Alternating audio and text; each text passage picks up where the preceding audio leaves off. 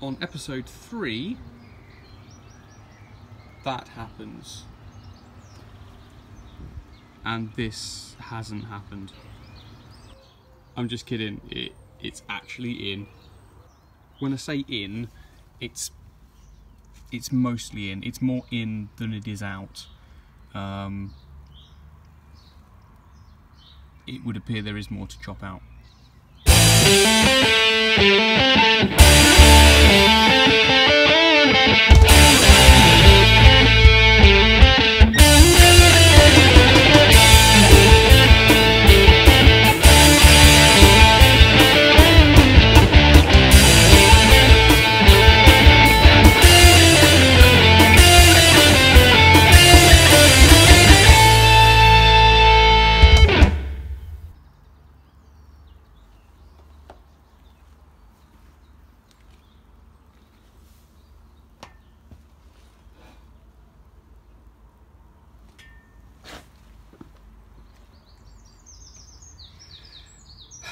We are so close to this engine going in.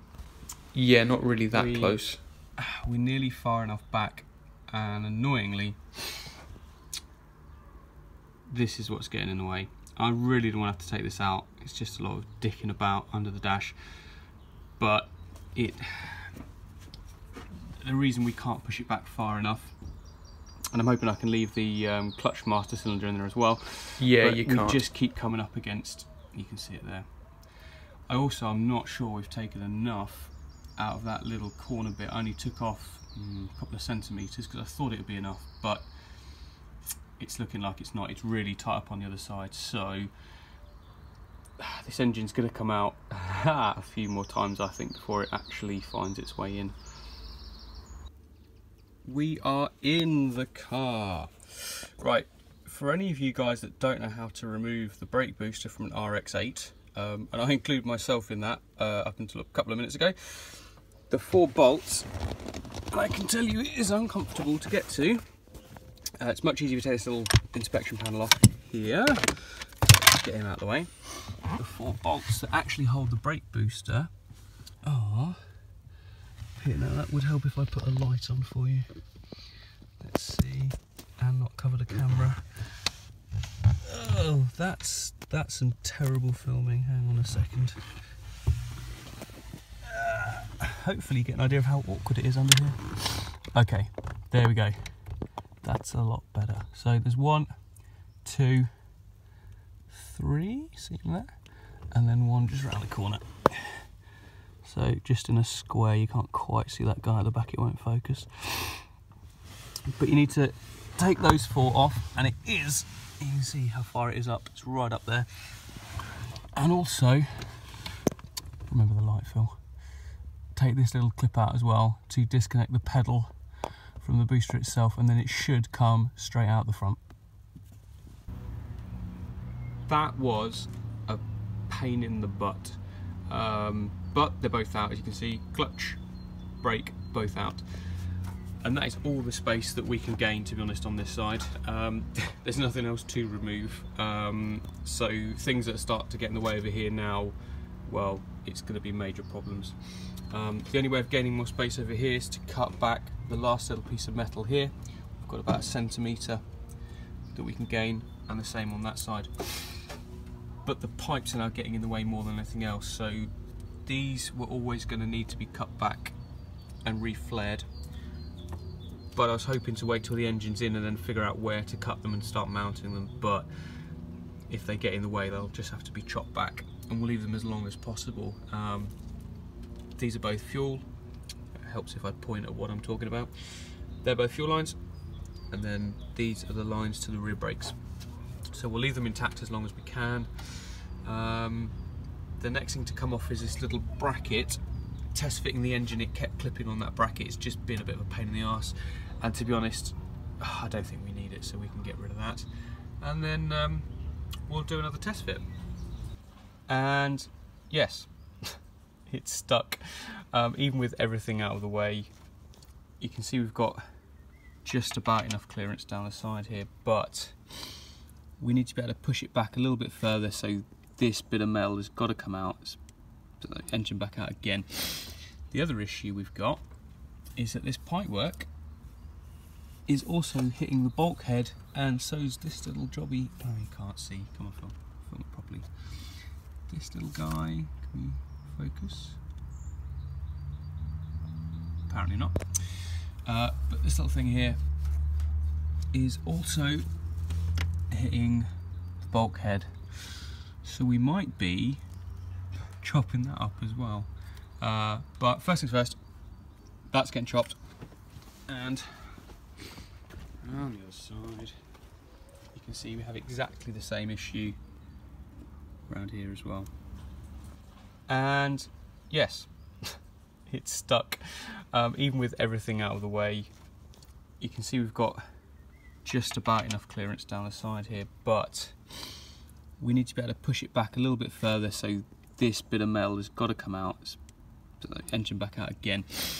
The other issue we've got is that this pipework is also hitting the bulkhead, and so's this little jobby. Oh, you can't see. Come on, film it properly. This little guy. Can we focus? Apparently not. But this little thing here is also hitting the bulkhead, so we might be chopping that up as well. But first things first, that's getting chopped, and on the other side you can see we have exactly the same issue around here as well. Right, where are we at? I've put the engine in and out a whole bunch of times, and this is where we're at the minute. I've just pulled it out, the engine that is.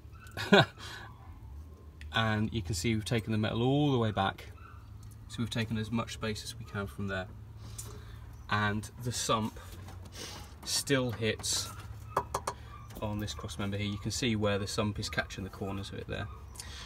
So this needs to be changed. I think the plan is going to be cut a small section out where the sump is hitting, flip it upside down so we keep the same metal, weld it back in, and then weld some plates to cover up the gap. Right, we've marked it up just roughly with duct tape, just to make sure that this space that we've got marked out will allow the sump to drop down low enough that we can get straight and level with the gearbox. I've had to cut through, just grind through the weld. You see the steering rack brackets are at a slight angle. Well, that was not going to work, so yeah, we've ground through the weld here and just knocked it across. We'll grind all this back, weld it all back into place, it'll all be fine. So what we're going to do is get the grinder, we're going to cut this section out, flip him upside down, weld him in across these joints here and across the back there, and then we'll make up some templates and we'll box it all in, and if it doesn't seem strong enough and there's space, we can put some gussets in the corners, but fingers crossed it's all gonna be fine. If we do fuck it up, this part does unbolt. This is the subframe, so we can, if we need to, but we'll try not to, we can unbolt it, throw it away and buy a new one. That is just time and money and arse ache, so we will try to not F it up. And that is not a complete disaster, which is nice.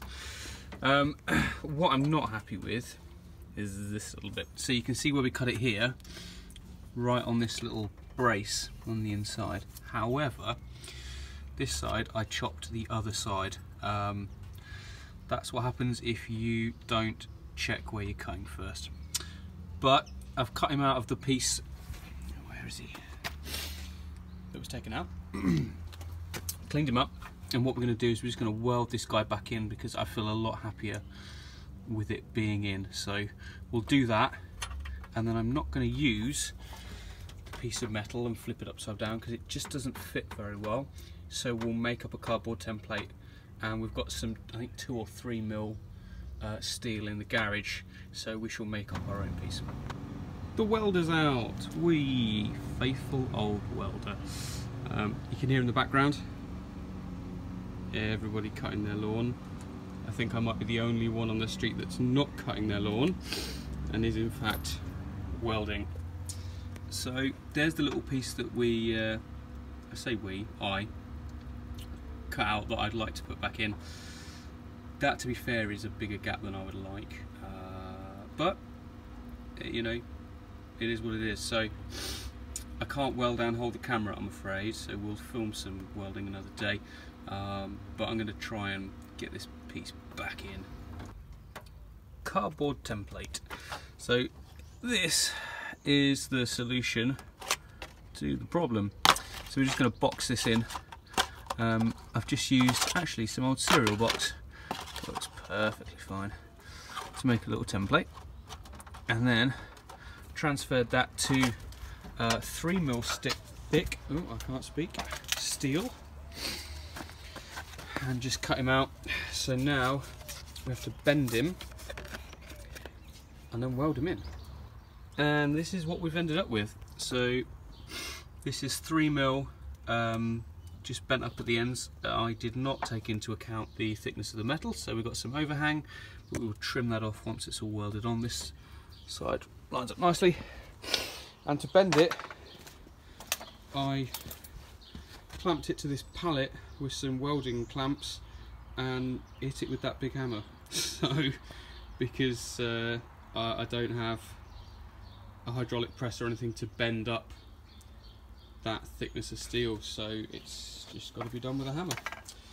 So I'm going to weld it in down this end, get it all knocked up and squared up, and then we'll weld that other side, trim it all back, and we'll see what we get. Here you can see exactly why we had to chop out, if I can get a good view, there we go, about 1 inch out of the subframe. Now the engine at the front has to go up slightly, up, to line the top of the gearbox up with the engine, because at the moment it's at a bit of a V shape at the moment, so the whole engine has to go up and back just at the top. So we will get a bit of clearance, but not as much as we chopped out. So I'm hoping once it's on its mounts we will have a good amount of clearance here. Time will tell, but without chopping this section out, the engine simply would not go in.